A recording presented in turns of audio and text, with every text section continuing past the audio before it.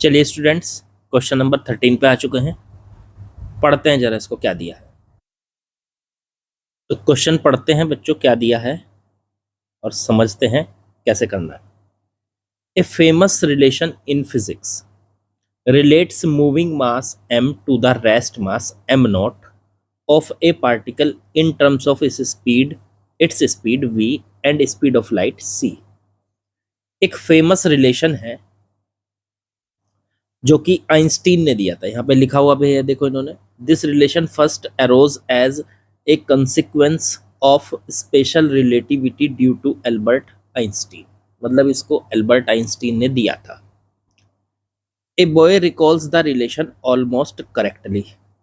एक बच्चा है, बॉय है, जिसने इस रिलेशन को रिकॉल किया, मतलब उसको मतलब ये याद है almost correctly, but forgets where to put constant C. लेकिन बस वो ये भूल गया कि इस रिलेशन में, इस फॉर्मूले में सी को कहाँ रखना है, और उसने ये फॉर्मूला कुछ इस तरीके से लिखा। अब आपको ये बताना है, इसमें देखो सी नहीं लिखा उसने, वो भूल गया कि कहाँ लिखना है सी इसमें। तो हमें गैस करना है, guess where to put the missing C, मतलब सी को कहाँ रखना चाहिए। अब देखो सीधी सी बात है, आइंस्टीन का दिया हुआ रिलेशन है ये, ठीक है, लेकिन इसमें अभी सी मिसिंग है। कहीं पे इसमें सी आना चाहिए था, लेकिन वो लड़का जो है वो इस रिलेशन में सी को ये भूल गया कि रखना कहाँ है, मतलब कहाँ आएगा सी।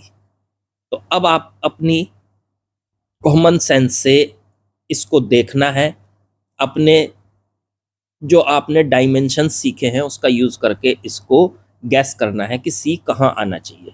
तो चलो अब मैं तरीका बताता हूँ कैसे होगा ये सवाल। देखो रिलेशन आपको क्या लिख के दे रखा है, m बराबर m नॉट बटे में 1 प्लस माइनस आएगा यहाँ, तो 1 माइनस वी स्क्वायर की पावर 1/2। ये रिलेशन उसने लिखा। अब इसमें कहीं ना कहीं सी आना था पर वो भूल गया। अब कहाँ आएगा तो आपको आइडिया लगाना है। देखो मैं इस चीज को डायमेंशन से गैस कर सकता हूँ। देखो डायमेंशन क्या कहती है, डायमेंशन कहती है कि अगर कोई फॉर्मूला करेक्ट है तो उसकी राइट साइड की डायमेंशन और उसकी लेफ्ट साइड की डायमेंशन, लेफ्ट में तो देखो m है और राइट में ये पूरा है कंप्लीट, तो उसकी लेफ्ट और राइट की दोनों तरफ की जो डायमेंशन है वो इक्वल होनी चाहिए, ठीक है। अब ये m क्या है, अब पहले फॉर्मूला आपको थोड़ा सा बता दें, फॉर्मूला ये है क्या। बेसिकली जब कोई पार्टिकल रेस्ट में होता है उसका मास m नॉट होता है। आइंस्टीन ने बताया कि जब कोई पार्टिकल रेस्ट में होता है तो उसका मास m नॉट होता है, लेकिन अगर वही पार्टिकल v स्पीड से चलना शुरू कर दे तो उसका मास बदल जाता है और वो हो जाता है m।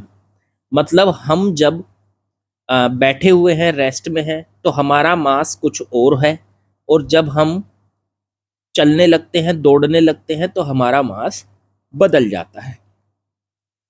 अब ये जो होता है, अब आप कहोगे कि सर हमारा मास सच में बदलता है। हाँ सच में बदलता है, लेकिन वो इतना कम होता है, हमें फील थोड़ा ही ना होता है कि हम भागते भागते मोटे हो गए, इतना तेज भागने लगे कि हम मोटे हो गए, ऐसा नहीं होता है। मतलब हमें फील नहीं होगा, लेकिन हमारा मास जो है चेंज जरूर होता है। तो जब हम रेस्ट में होते हैं हमारा मास कुछ और होता है, और जब हम स्पीड में चलते हैं तो हमारा मास बच्चों कुछ और होता है। तो वो रिलेशन उन्होंने बताया था कि अगर हम v स्पीड से दौड़ेंगे तो तब हमारा मास कितना हो जाएगा। तो ये m जो है ये तो है हमारा मास v स्पीड से दौड़ने के बाद, तो ये है m mass of body after motion, motion में आने के बाद, और ये m नॉट है mass of body in rest, ये है रेस्ट में रहने के बाद, ठीक है। तो m equals to m nought 1 plus v square बटे वी स्क्वायर की पावर 1/2 बच्चों। चलो अब इस फॉर्मूले में मैंने बताया कि एक टर्म मिसिंग है, तो उसको हमें कैसे देखना है। तो उसको देखने के लिए हम थोड़ा सा यूज करने जा रहे हैं डायमेंशंस का। देखो डायमेंशन क्या कहती है कि जब कोई फॉर्मूला सही होता है, करेक्ट होता है, तो उसकी लेफ्ट साइड की डायमेंशन और राइट साइड की डायमेंशन बराबर होती है। अब देखो फॉर्मूला क्या है, m बराबर m0, जो उस स्टूडेंट ने लिखा 1 माइनस वी स्क्वायर की पावर 1/2। इधर की डायमेंशन मास m है, मास ही तो है इधर, m0 की डायमेंशन भी m है। अब दोनों तरफ की डायमेंशन सेम आएगी, ठीक है। तो लेफ्ट साइड की डायमेंशन, अब जब m की डायमेंशन भी m है और m0 की डायमेंशन भी m है, तो ये दोनों साइड बराबर आ जाएगी, लेकिन उसके लिए इसकी डायमेंशन तो कुछ नहीं होनी चाहिए ना, मतलब ये क्वांटिटी क्या होनी चाहिए, डायमेंशन लेस। अगर ये क्वांटिटी डायमेंशन लेस ना आई तो समस्या हो जाएगी। भाई मान लो m की डायमेंशन भी m है और m0 की डायमेंशन भी m है, दोनों की सेम है, इसकी और इसकी, लेकिन लेफ्ट की डायमेंशन और राइट की डायमेंशन, अब राइट साइड में एक टर्म ये भी तो आ रही है, अगर इसकी भी कुछ डायमेंशन हो गई तो फिर लेफ्ट और राइट की डायमेंशन इक्वल नहीं आएंगी। तो इसलिए ये जो टर्म है, जो नीचे टर्म है, इसकी डायमेंशन क्या होनी चाहिए, 0 होनी चाहिए, मतलब इसकी ये डायमेंशन लेस क्वांटिटी होनी चाहिए। तो इसका मतलब हमें यहां से ये पता चला कि 1 माइनस वी स्क्वायर की पावर 1/2 एक डायमेंशन लेस क्वांटिटी होनी चाहिए, डायमेंशन लेस क्वांटिटी। अब एक काम करो, जब 1 माइनस वी स्क्वायर की पावर 1/2 डायमेंशन लेस है, तो इसके अंदर जो टर्म है वो भी डायमेंशन लेस होनी चाहिए, तो 1 minus v square dimensionless होना चाहिए, डायमेंशन लेस, ठीक है ना, क्योंकि पावर से तो कोई फर्क नहीं पड़ता डायमेंशन लेस पे। तो अंदर की क्वांटिटी क्या होनी चाहिए, ये डायमेंशन लेस होनी चाहिए, मतलब ये पूरी क्वांटिटी डायमेंशन लेस होनी चाहिए। अब याद करो रूल ऑफ होमोजीनिटी क्या बोलता है, रूल ऑफ होमोजीनिटी बोलता है, यहाँ पे लगाएंगे हम rule of homogeneity. Rule of homogeneity आपसे कहता है कि अगर दो टर्म आपकी माइनस हो रही है 1 माइनस वी स्क्वायर, तो पहली टर्म की डायमेंशन बराबर होगी दूसरी टर्म की डायमेंशन, ठीक है। अब पहली टर्म तो है एक कांस्टेंट 1, और वो भी, अब देखो एक बात तो बताओ, आपने कहा कि 1 minus v square dimensionless है, तो इसका मतलब अगर एक टर्म ऐसे कह दिया जाए a minus b dimensionless है, डायमेंशन लेस, तो इसका मतलब a भी डायमेंशन लेस होगा, डायमेंशन लेस, और b भी भाई साहब डायमेंशन लेस होगा। क्यों, क्योंकि क्योंकि वजह यह है, दो डायमेंशन लेस क्वांटिटी को आपस में माइनस करेंगे तभी तो एक डायमेंशन लेस क्वांटिटी आएगी, ठीक। और ये हमने रूल ऑफ होमोजेनिटी में समझा है कि जो टर्म आपस में माइनस हो रही है तो उनकी डायमेंशन बराबर होती है, तो ए की dimension, dimension of A equal होगी डायमेंशन ऑफ बी, बी की डायमेंशन और ए की डायमेंशन आपस में बराबर होगी, ए की डायमेंशन एंड बी की डायमेंशन आपस में बराबर होगी। क्यों, क्योंकि ये आपस में माइनस हो रही है, ये कहता है हमें रूल ऑफ होमोजीनिटी। फिर से मैं याद दिला देता हूँ रूल ऑफ होमोजीनिटी, अगर a प्लस बी है, दो टर्म आपस में प्लस हो रही है या आपस में माइनस हो रही है या आपस में इक्वल रखी है, तो दो टर्म आपस में प्लस तभी हो सकती है, माइनस तभी हो सकती है आपस में, या इक्वल तभी रखी जा सकती है जब पहली टर्म की डायमेंशन बराबर हो जाए दूसरी टर्म की डायमेंशन, ये होता है। तो इस हिसाब से 1 माइनस वी स्क्वायर, 1 में से वी स्क्वायर तभी माइनस हो सकता है जब 1 की डायमेंशन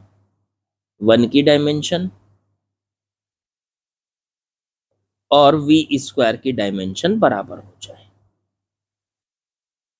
अब चलो 1 की डायमेंशन तो कुछ नहीं है, क्यों, क्योंकि एक बात बताओ, 1 माइनस वी स्क्वायर पूरा डायमेंशन लेस है, तो इसका मतलब 1 भी डायमेंशन लेस होगा और वी स्क्वायर भी डायमेंशन लेस होना चाहिए, क्योंकि दो टर्म को, डायमेंशन लेस टर्म को आपस में माइनस करके जो टर्म आएगी वो भी डायमेंशन लेस आएगी, डायमेंशन लेस आएगी। तो सीधी सी बात यहां से हमें ये पता चला कि 1 डायमेंशन लेस है और वी स्क्वायर भी डायमेंशन लेस होना चाहिए। अब यहाँ पे एक समस्या है, 1 तो चलो कांस्टेंट है, वो तो डायमेंशन लेस हो सकता है, लेकिन वी स्क्वायर, वी क्या होती है, वेलोसिटी।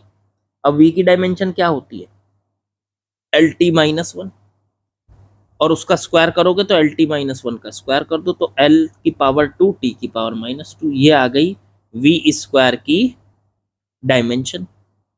अब वी स्क्वायर तो डायमेंशन लेस है नहीं, तो इसको डायमेंशन लेस आपको बनाना पड़ेगा। कैसे?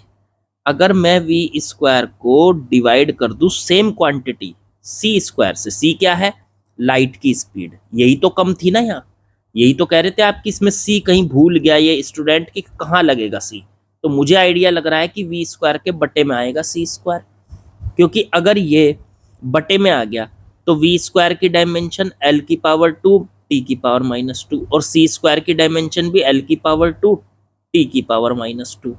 अब दोनों आपस में कट जाएंगी तो m0 l0 t0, मतलब ये क्या आ जाएगा, वी स्क्वायर बटे सी स्क्वायर बच्चों डायमेंशन लेस आ जाएगा, ये क्या आ जाएगा, डायमेंशन लेस आ जाएगा। यही तो हम चाहते हैं, 1 डायमेंशन लेस है, 1 क्या है, डायमेंशन लेस। तो इसके साथ जब किसी क्वांटिटी को आप माइनस करोगे, यहाँ पे देखो यहाँ 1 था और 1 के साथ में आप वी स्क्वायर को माइनस कर रहे थे, तो 1 तो डायमेंशन लेस है, तो वी स्क्वायर तो माइनस यहाँ पे हो नहीं सकता, क्योंकि वी स्क्वायर की तो डायमेंशन है। तो इसलिए हम यहाँ पे एक नया फॉर्मूला लिख सकते हैं, m बराबर m0 बटे 1 माइनस वी स्क्वायर बटे में सी स्क्वायर। अगर आप वी स्क्वायर के बटे में सी स्क्वायर लिख दोगे और तब पावर 1/2 करोगे तो अब ये फॉर्मूला बिल्कुल सही है। सोच लो खुद कैसे, m की डायमेंशन m, ठीक है, m0 की डायमेंशन m, बिल्कुल ठीक है, नीचे वाली पूरी क्वांटिटी है डायमेंशन लेस, ठीक है, तभी तो लेफ्ट की डायमेंशन और राइट की डायमेंशन सेम होगी।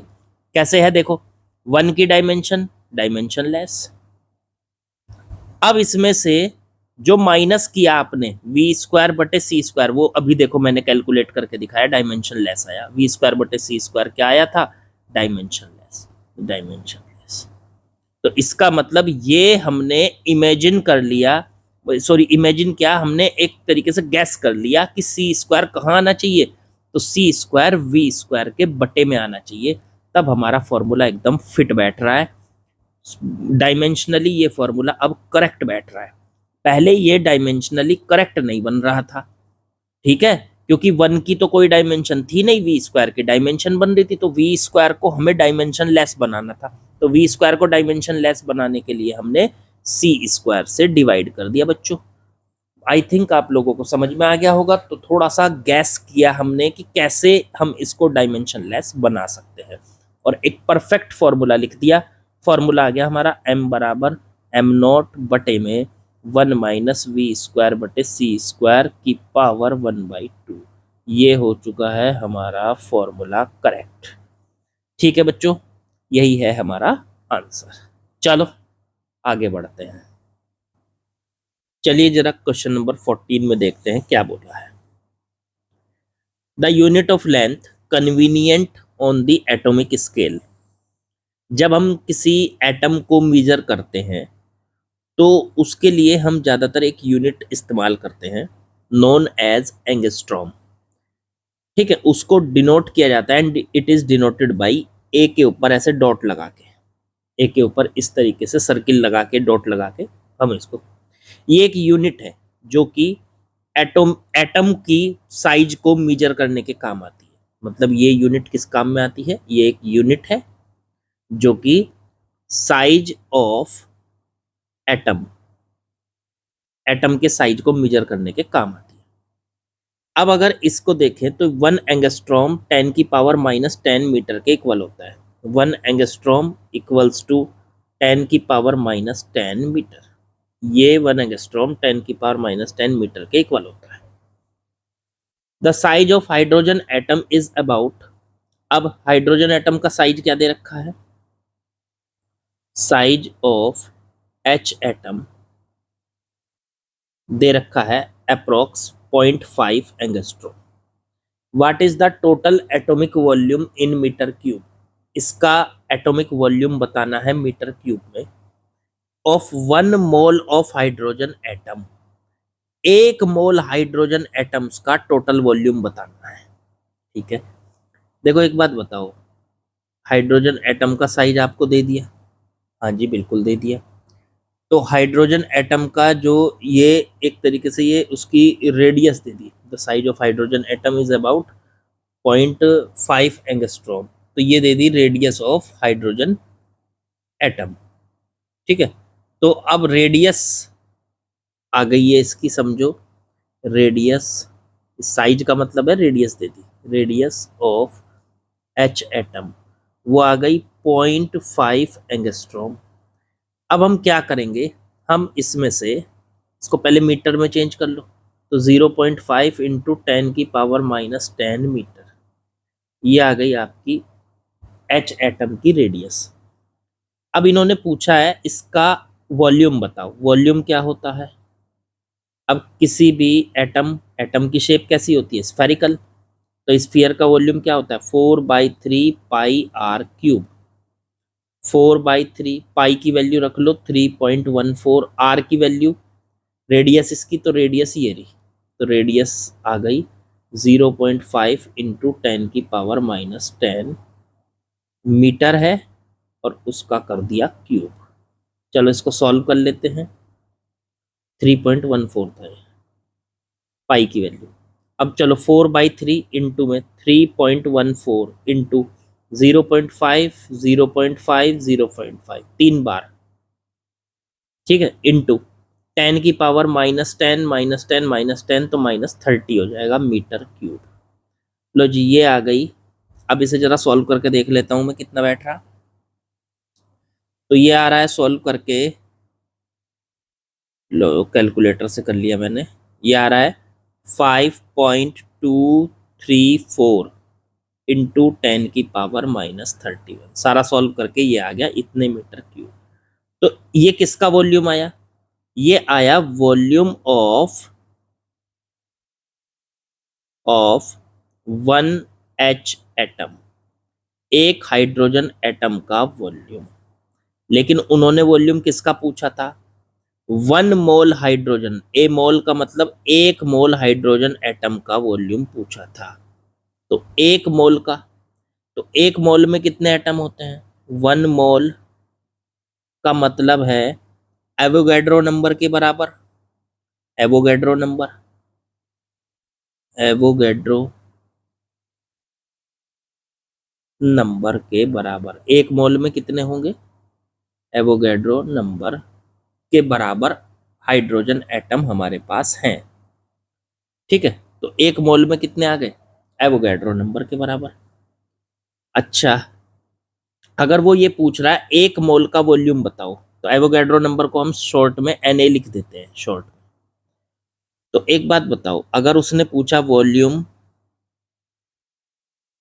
ऑफ 1 मोल एच एटम, अगर 1 मोल हाइड्रोजन एटम का उसने वॉल्यूम पूछा है, तो एक का हमें पता है कितना है, ये रहा, तो पूरे 1 मोल का कितना होगा, 1 मोल से कर दो मल्टीप्लाई, तो ये समझो एक का तो है 5.234 इंटू 10⁻⁻31 मीटर क्यूब।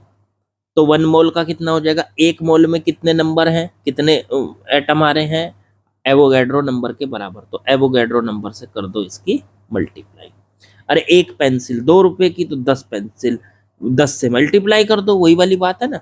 तो एक हाइड्रोजन एटम का वॉल्यूम तो ये रहा, देखो ये रहा, तो कितने हाइड्रोजन एटम का निकालना है, एवोगैड्रो नंबर के बराबर हाइड्रोजन एटम का वॉल्यूम निकालना है, तो एवोगैड्रो नंबर से कर दो इसकी मल्टीप्लाई। ये आ गया 5.234 10⁻⁻30, 31 नहीं था ये, 30 था, 30 था ये, तो 30 इनटू में एवोगैड्रो नंबर की वैल्यू क्या होती है 6.023 इंटू 10⁻23।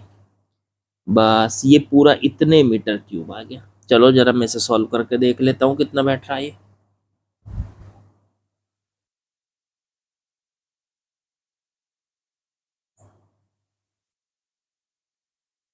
ये आंसर आ गया 31.52 अप्रोक्स ये बैठ रहा इंटू 10⁻⁻8 मीटर क्यूब।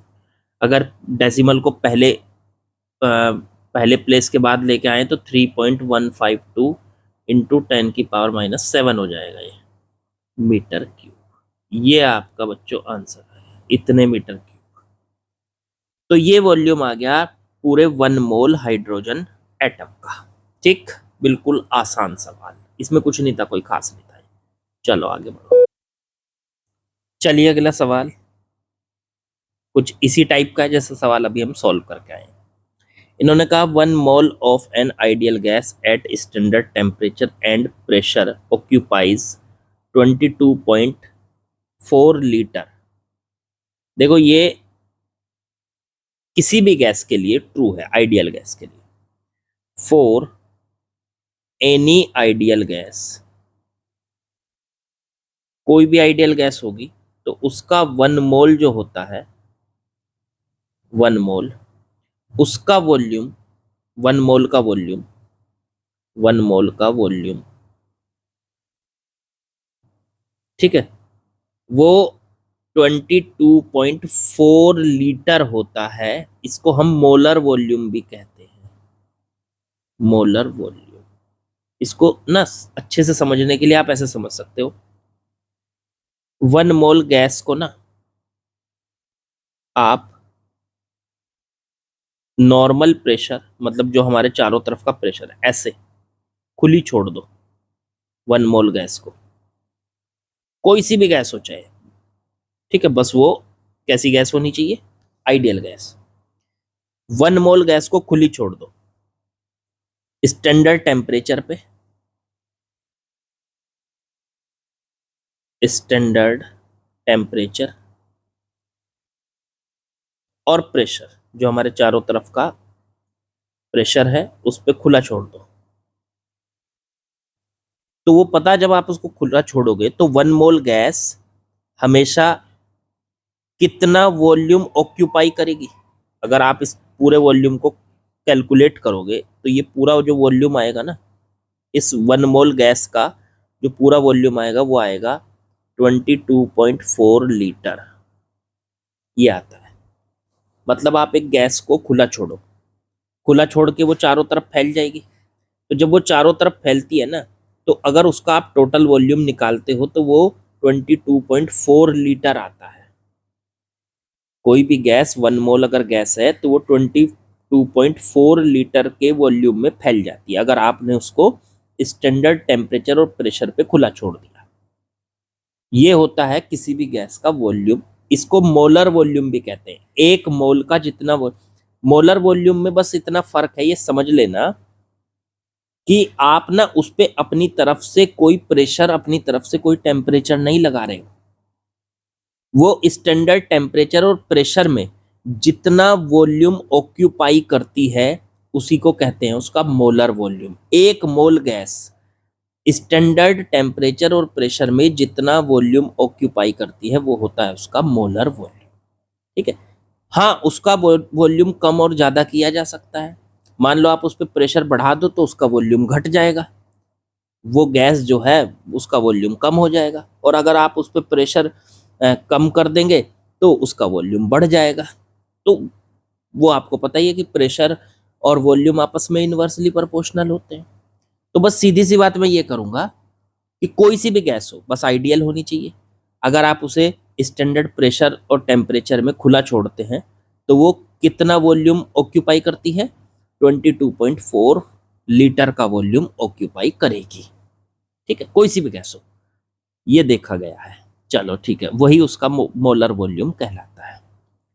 अब मोलर वॉल्यूम तो हमें मिल गया, मोलर वॉल्यूम कितना है इसका, मोलर वॉल्यूम इसकी जरूरत पड़ेगी हमें आगे जो पूछ रखा है इसने, तो वो कितना है 22.4 लीटर। अब सोचो मोलर वॉल्यूम लीटर में आ गया, इसे अगर आप हम वॉल्यूम लेते हैं ज्यादातर मीटर क्यूब में, तो अगर आप इसे मीटर क्यूब में कन्वर्ट करना चाहते हैं तो क्या करना पड़ेगा आपको? तो सीधी सी बात है 22.4 इंटू 10⁻³ से मल्टीप्लाई करनी पड़ेगी, अब बन जाएगा ये मीटर क्यूब। कैसे किया ये तो आपको पता होना चाहिए। 1 लीटर जो है वो 10⁻³ मीटर क्यूब के बराबर होता है। तो आप 1 लीटर की जगह क्या लिख सकते हैं 10⁻³ मीटर क्यूब। ये बन चुका है मोलर वॉल्यूम इसका। ठीक, अब आगे बढ़ो। अब इसने क्या दिया, what is the ratio of molar volume निकाल चुके हैं हम, to the atomic volume of a mole of hydrogen gas. मतलब हाइड्रोजन गैस का या हाइड्रोजन का 1 मोल का मोलर वॉल्यूम वो तो हम निकाल चुके हैं मोलर वॉल्यूम, और एटॉमिक वॉल्यूम, इनका रेशो बताओ एटॉमिक वॉल्यूम। तो एटॉमिक वॉल्यूम समझ रहे हो क्या होता है, एक एटम का वॉल्यूम, एक एटम का वॉल्यूम, और फिर उसमें एक एटम के बजाय पूरे 1 मोल का वॉल्यूम निकाल लो। तो एटॉमिक वॉल्यूम होता है पूरे 1 मोल का 1 मोल एटम्स का वॉल्यूम। तो आप इसको कह सकते हो वॉल्यूम, और एटॉमिक वॉल्यूम का मतलब है वॉल्यूम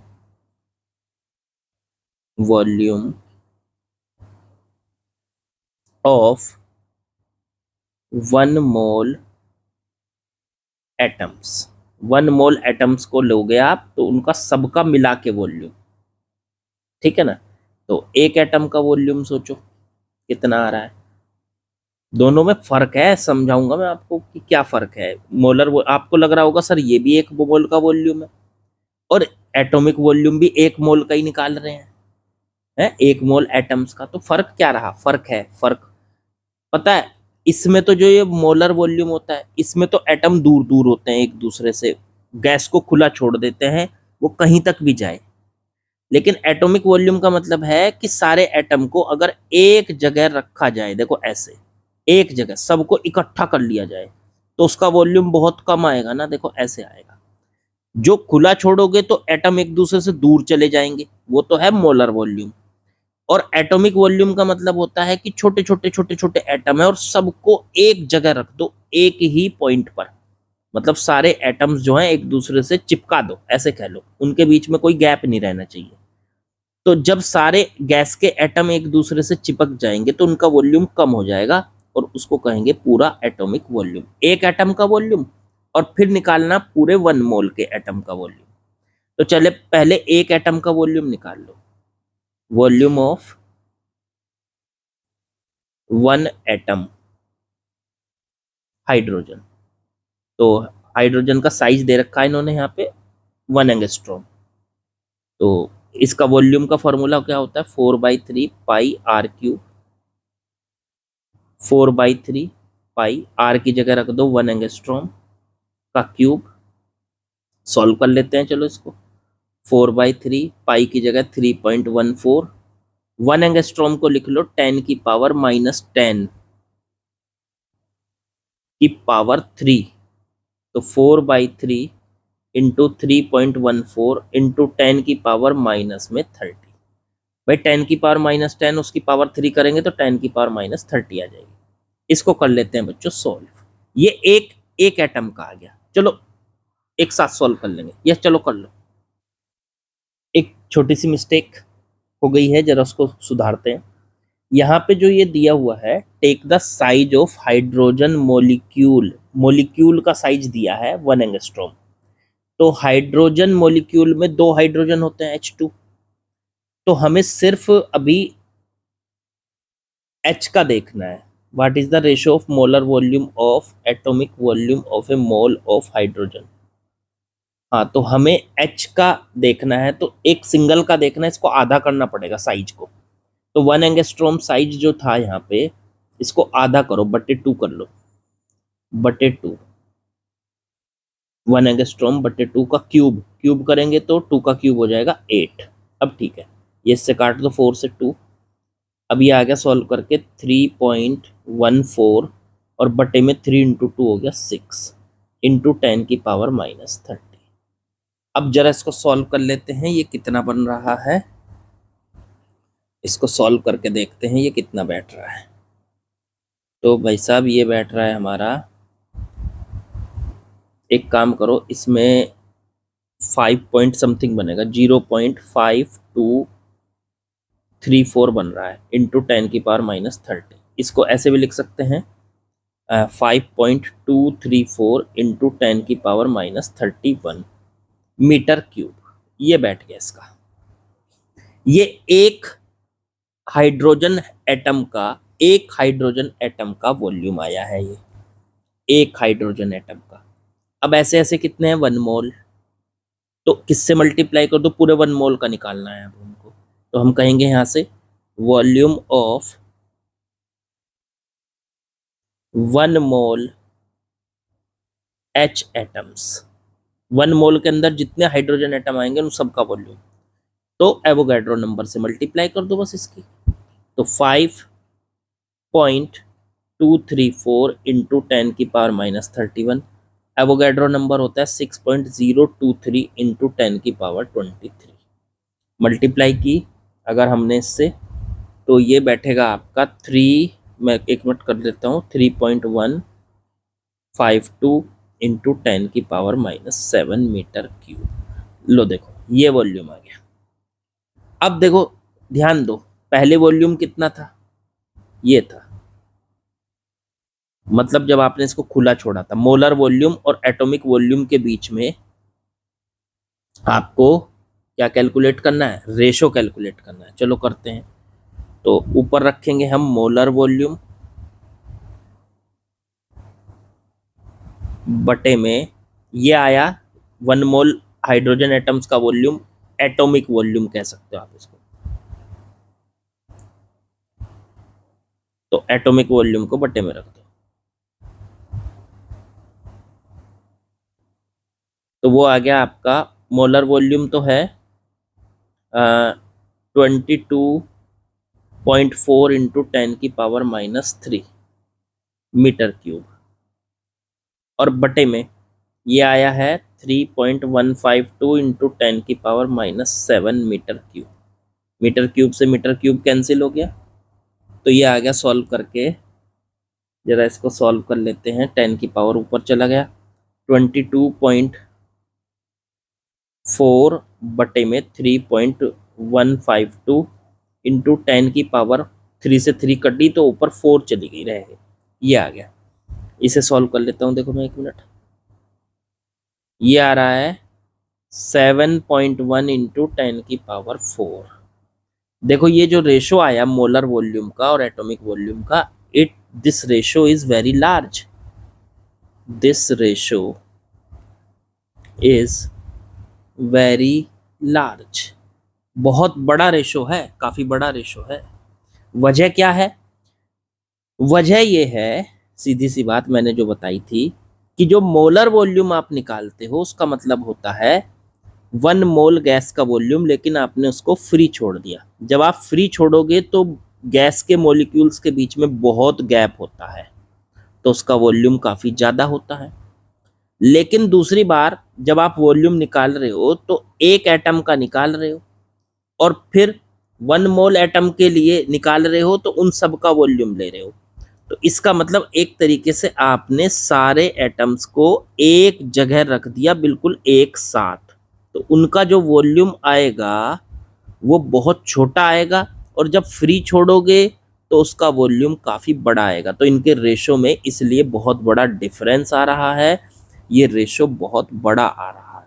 समझना जरा इसको, आप पहली बार में वॉल्यूम जो निकाल रहे हैं गैस को फ्री छोड़ के निकाल रहे हैं, और दूसरी बार में एक एक एटम का निकाल रहे हैं, और उन सारे एटम्स के वॉल्यूम को आपस में ऐड कर रहे हैं। तो सारे एटम्स का मतलब सिर्फ एटम्स का वॉल्यूम ले रहे हैं आप, उनके बीच में जो जगह है, उनके बीच में जो गैप है, उसका वॉल्यूम आप नहीं ले रहे हैं।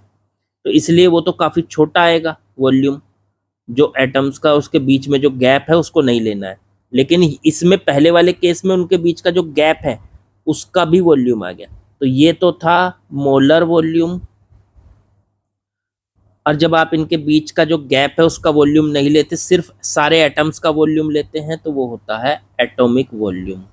तो एटॉमिक वॉल्यूम काफ़ी छोटा होता है वो मोलर वॉल्यूम से, तो इसीलिए इनका रेशो इतना बड़ा आया। एटॉमिक वॉल्यूम बहुत छोटा है मोलर वॉल्यूम से। एटॉमिक वॉल्यूम काफ़ी छोटा है मोलर वॉल्यूम से बच्चों। ठीक है, मेरे ख्याल से समझ में आ गई होगी बात। आसान था, ठीक, इतना भी आसान नहीं था, ठीक था। मतलब ये रेशो, उसका पूरा रीजन देना था, मैंने आपको पूरा रीजन दिया कि why this ratio so large, क्योंकि इसमें एक वॉल्यूम में तो उनके जो बीच का गैप है उसे भी काउंट कर रहे हैं, और दूसरे वॉल्यूम में हम उनके बीच के गैप को काउंट नहीं कर रहे हैं। जब गैप को काउंट नहीं करेंगे तो वो वॉल्यूम बहुत कम हो जाएगा। चलो आगे बढ़ते हैं।